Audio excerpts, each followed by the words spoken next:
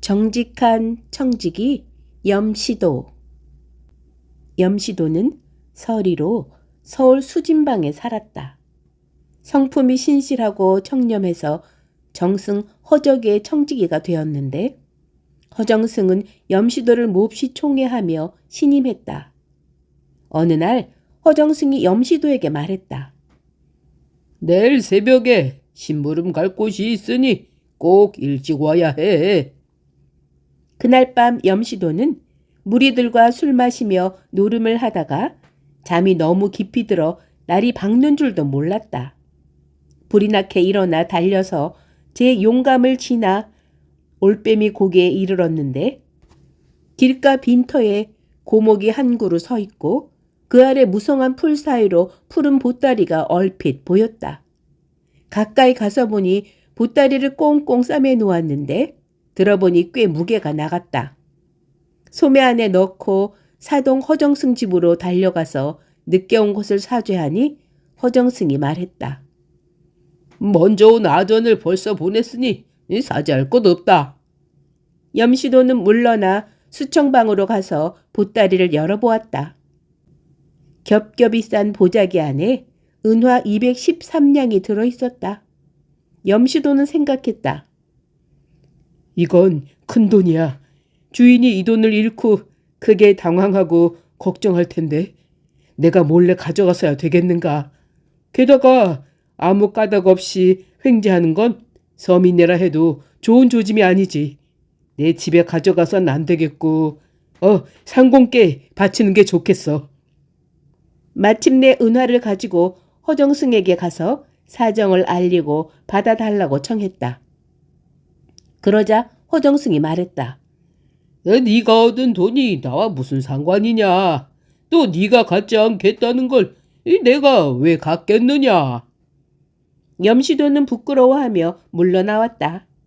잠시 후에 허정승이 염시도를 불러 말했다.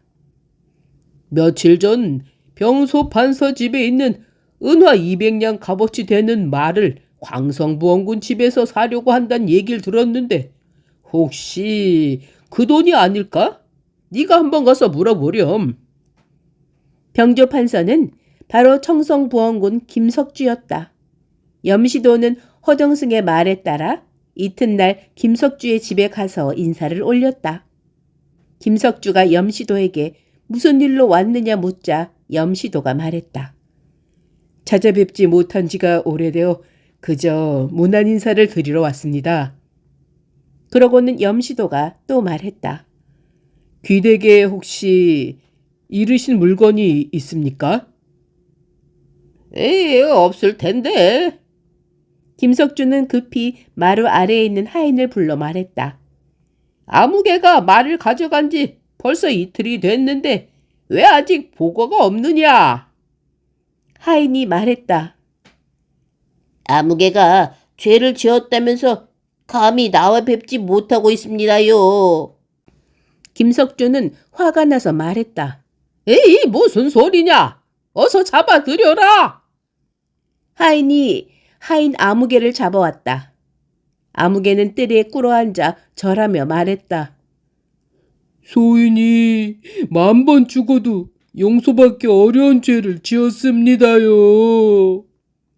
김석주가 이유를 묻자 하인이 대답했다. 소인이 제동 광성 부원군 댁에 가서 말값을 받고는 그만 잃어버렸습니다요. 김석주는 몹시 화가 나서 말했다. 이 종놈이 이런 속임수를 쓰다니. 네가 농간을 부려 돈을 숨겨놓고 와서 나를 속이느냐? 김석주는 얼른 큰 몽둥이를 가져오라며 하인을 때려 죽일 기세였다. 그러자 염시도는 잠깐 벌주는 일을 멈추고 은화를 잃어버린 경위를 진술하게 할 것을 청했다. 김석주가 그렇다 싶어 다시 캐묻자 하인이 말했다.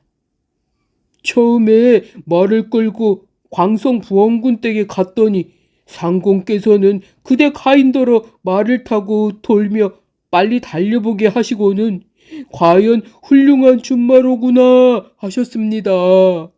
또 말이 살집이 좋고 윤기 나는 모습을 칭찬하며 말씀하셨습니다.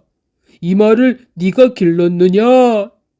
그래서 그렇습니다 대답하니 상공께서 감탄하며 말씀하셨습니다. 하인 중에 이처럼 충직하고 성실한 자가 있다니 참으로 칭찬할 만하다. 그러시고는 저를 가까이 불러 술을 마시느냐 물으시기에 마십니다 했습지요.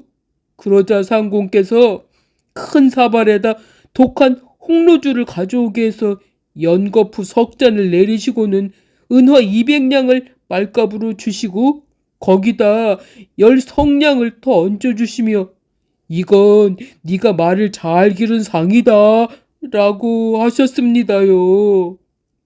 셋내가 인사하고 나오니 날이 벌써 저물었습니다. 몹시 취해서 제대로 걷지 못하다가 얼마 못 가서 어딘지도 모르는 길가에 쓰러져 들어 누웠습니다. 밤이 되어 조금 술이 깨었는데 문득 종소리가 들렸습니다. 억지로 몸을 일으켜 돌아오는데 은하를 싼 보따리를 어디에 떨어뜨렸는지 도무지 알 수가 없었습니다. 이처럼 큰 죄를 지었으니 죽어 마땅하다는 걸 알기에 주저하며 감히 뵙지 못하고 있었습니다요. 염시도는 그제야 자신의 은화를 주어 김석주의 집을 방문하게 된 경위를 밝히고 즉시 은화를 돌려주었다. 봉이 난 것이며 은화의 액수가 과연 잃어버렸던 것과 꼭 같았다. 김석주는 매우 감탄하고 기특하게 여겨 말했다. 자네는 요즘 세상 사람이 아니군.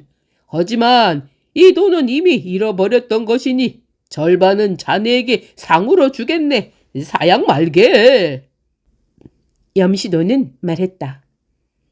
만약에 소인이 재물을 탐하는 마음이 있어서 그냥 제가 갖기로 하고 남에게 말하지 않았다면 그 일을 누가 알겠습니까? 제 물건이 아닌 걸 가져갔다가 혹시 저에게 해가 올까 싶어서 돌려드리는 건데 무슨 상을 받는단 말입니까? 김석주는 저도 모르게 깜짝 놀라 정색을 하더니 상금을 준다는 말을 더는 하지 않았다. 김석주는 거듭 감탄하다가 술을 내오게 해서 염시도에게 감사의 뜻을 표했다. 돈을 잃어버렸던 하인은 즉시 죄를 용서받고 풀려났다. 염시도가 인사하고 나오는데 어린 소녀 하나가 뒤에서 급히 염시도를 불렀다. 잠깐만요. 염시도가 돌아보고 이유를 묻자 소녀가 말했다. 아까 돈을 잃어버린 이가 제 오라버니예요. 저는 오라버니의 힘으로 살아가고 있는데 지금 어르신 덕분에 목숨을 구했으니 이 은혜를 어찌 갚아야 할까요? 제가 안채에 들어가 사정을 말씀드렸더니 마님께서 몹시 감탄하시면서 술상을 내리셨어요. 잠깐 머물러 주세요. 소녀는 즉시 행랑의 자리를 펴고 들어가서 진수성찬과 좋은 술이 차려진 큰 소반을 들고 왔다. 염시도는 배불리 치토록 먹고 돌아왔다. 경신년에 허정승이 죄를 입어 사사당했다. 염시도는 뛰어들어가 주인이 받은 사약을 나누어 마시려 했다. 그러자 도사는 염시도를 끌어내 밖으로 내쫓았다. 허정승이 죽자 염시도는 미친 듯이 날뛰며 울부짖었다. 세상 살아갈 생각이라곤 조금도 없었다. 그리하여 염시도는 집을 나와 방랑하며 산수간에 논일었다. 강릉에 사는 친척형이 있어서 찾아가 보니 이미 승려가 되어 행방을 알 수 없었다. 이윽고 금강산으로 가서 표운사에 이르렀다. 염시도는 표운사 승려에게 물었다. 제가 불문에 의탁하고자 합니다. 고승을 스승으로 삼아야 할 텐데 어느 분이 좋을까요? 승려들은 한결같이 말했다. 묘길쌍뒤 외따 남자에 계신 스님이 바로 생보리세요. 염시도가 암자를 찾아가 보니 과연 승려 한 사람이 가부좌를 틀고 참선 중이었다. 염시도는 앞으로 나아가 엎드리더니 정성스러운 마음으로 받들어 섬기겠다는 뜻을 자세히 말하며 머리 깎고 승려가 되게 해달라고 청했다. 염시도의 말이 몹시 간절했지만 승려는 들은 채 만체했다. 염시도가 엎드린 채 일어나지 않고 있는데 이미 날이 저물었다. 승려가 문득 말했다. 시럭 위에 쌀이 있는데 왜 밥을 안 짓나? 일어나서 보니 과연 쌀이 있어서 승려의 분부대로 밥을 지었다. 밤에도 승려 앞에 엎드려 있다가 아침이 되니 승려가 또 밥을 지으라고 말했다. 이렇게 대여새가 지났지만 승려는 끝내 다른 말을 하지 않았다. 염시도는 마음이 조금 느슨해져서 암자 밖을 서성였다. 암자 뒤에 작은 초가집 하나가 보이기에 들어가 보니 처녀 한 사람이 있었다. 나이는 16 정도의 얼굴이 매우 아름다웠다. 염시도는 사랑하는 마음을 참지 못하고 갑자기 다가가 껴안고는 처녀를 범하려 했다. 처녀는 품에서 작은 칼을 꺼내 자결하려 했다. 염시도는 깜짝 놀라 하던 짓을 멈추고 처녀의 내력을 물었다. 처녀는 말했다. 저는 본래 동구방 마을에 살아요. 오라버니가 이 산으로 출가했는데 그 스승이 바로 이 암자의 스님이세요. 어머니는 스님을 신령스러운 분이라 여기셔서 제 운명을 물으셨는데 스님이 이렇게 말씀하셨어요. 4, 5년 동안 따님에게 큰 애군이 있을 겁니다. 숙세를 완전히 떠나 이 암자에 와서 지내면 애군을 넘기고 좋은 인연을 얻을 겁니다. 어머니는 그 말을 믿고 여기에 초가집을 지어 저와 함께 살며 몇 년을 보낼 계획을 세우셨지요. 지금 어머니가 잠깐 본가에 가셨는데 벼랑간 이런 일을 당해 죽을 지경에 놓였으니 이 어찌 큰 애군이 아니겠습니까? 부모의 분부가 없었으니 죽었으면 죽었지 어찌 더럽힘을 당하겠어요. 그렇긴 하지만 이 일도 우연은 아닐 것이니 신령한 스님께서 좋은 인연을 얻을 거라고 하신 말씀이 이 일인가 봅니다. 남녀가 벌써 몸이 닿았으니 제가 어찌 다른 곳으로 시집 가겠습니까? 당신을 따르기로 맹세하겠어요.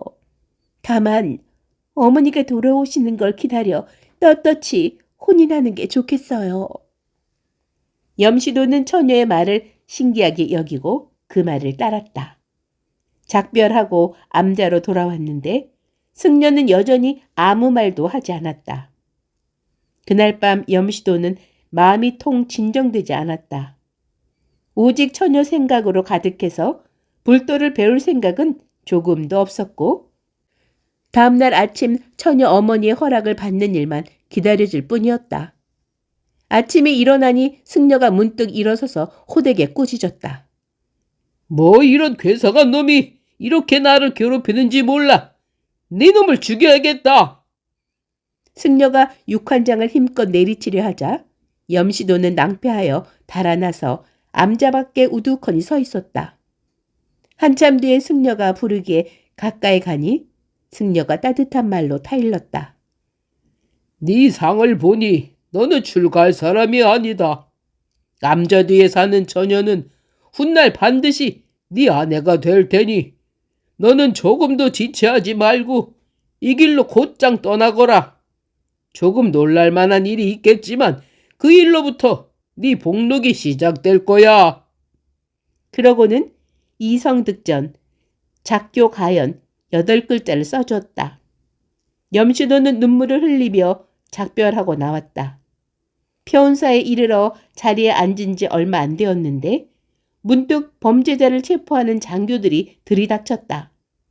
장교들은 염시도를 결박하고 머리에 자루를 뒤집어 씌운 뒤 말에 싣고 급히 떠났다. 며칠 안 되어 서울에 이르러서는 삽목을 채워 옥에 가두었다. 이때 허정승의 옥사에 연좌된 사람이 많았는데 추가로 가까운 겸인들을 체포했다. 죄인들의 진술 내용 중에 염시도가 들어있었기 때문이다. 의금부에서 국문을 벌이는데 청성부원군 김석주가 여러 재상들과 나란히 앉아 옥사를 다스리고 있었다. 의군부 나졸들이 염시도를 끌고 들어왔는데 이때 신문 받는 자가 많아서 청성부원군은 붙잡혀온 죄인이 염시도인지 알아차리지 못했다. 염시도는 평문을 한 차례 받은 뒤 다시 옥에 갇혔다. 마침 청성부원군 집에서 의군부로 음식을 나르던 여종이 바로 돈을 잃어버렸던 하인의 동생이었다. 여종은 염시도가 귀신 같은 몰골로 칼을 쓰고 있는 모습을 보고 깜짝 놀라서 돌아가 부인에게 알렸다. 부인은 몹시 불쌍히 여기며 청성부원군에게 편지를 보내 사정을 알렸다. 청성부원군은 그제야 깨닫고 당장 염시도를 불러들이라 명했다. 따져 물어도 별다른 혐의가 없자 이렇게 말했다. 이 사람은 본래 의로운 사람이다. 이 사람의 마음 씀씀이를 내가 잘 알고 있거늘 어찌 역모를 함께 꾸몄겠는가? 즉시 석방하도록 명했다.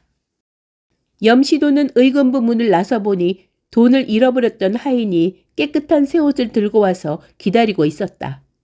마침내 하인은 염시도를 자기 집으로 데려가 극진히 대접하고 장사한 미천과 말을 주며 행상을 해보게 했다.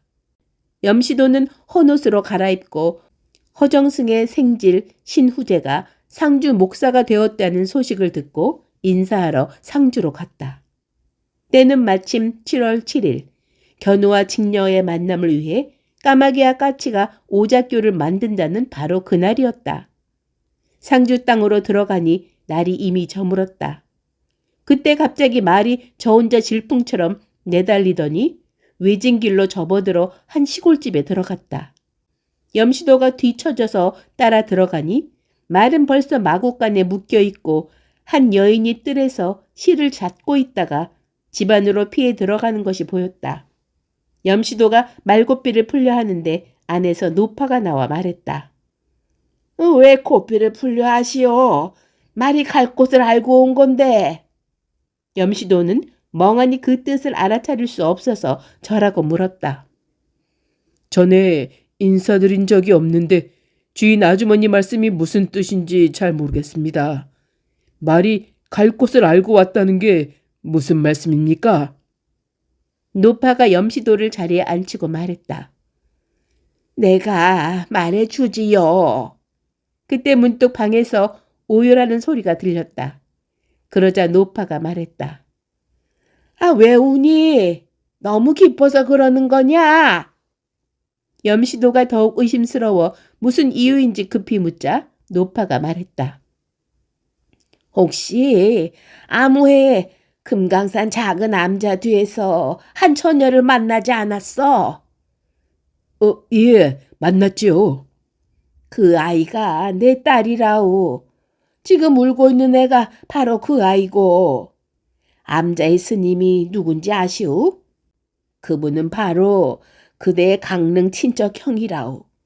신령스러운 스님이시라 세상 모든 일을 꿰뚫어 보시고 미래의 일을 아시는데 조금도 틀림이 없다오. 스님은 내 딸을 두고 이런 말씀을 하셨어. 따님은 내 친척아오. 염 아무개와 인연이 있습니다. 앞으로 몇 년 동안 큰 애군이 있는데 내게 와서 의탁하며 애군을 보내면 혼인이 이루어질 겁니다. 하지만 아직 함께 살아서는 안 됩니다.